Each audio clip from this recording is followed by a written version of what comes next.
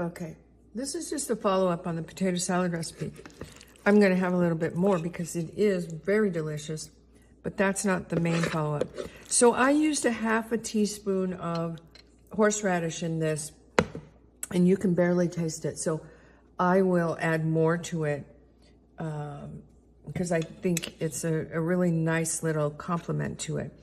Another thing you could add a little bit more of if you wanted to, I think, would be a little bit of the either lemon or Dijon. Just a little tiny bit more tartness would be really nice in this recipe. So we're going to put this in the refrigerator.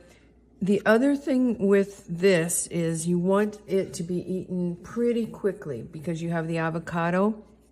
So when I store it in the refrigerator, I'm going to store it so that as little air can get to it as possible. So I'm going to have a dish that is either very small for the amount that we have left, because avocado does go brown when it's exposed to the air. So this is something that if you make it, you probably don't want to make quite as much as I made unless you're going to have the whole neighborhood eat it, so that you don't have it turning brown with oxidation.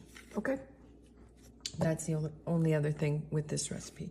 And then later on this weekend, I'm going to be making a cheese sauce, queso sauce that I found again on Forks Over Knives, and it had a lot of really good reviews, and it was made without nuts, and in fact it was made with oat flour. So with all those great reviews, I'm gonna test it and see what that turns out to be.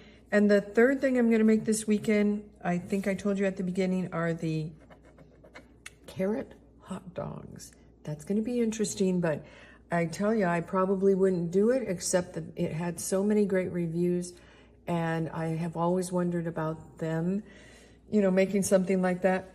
And I think it will be worth it to try. Okay, see you then.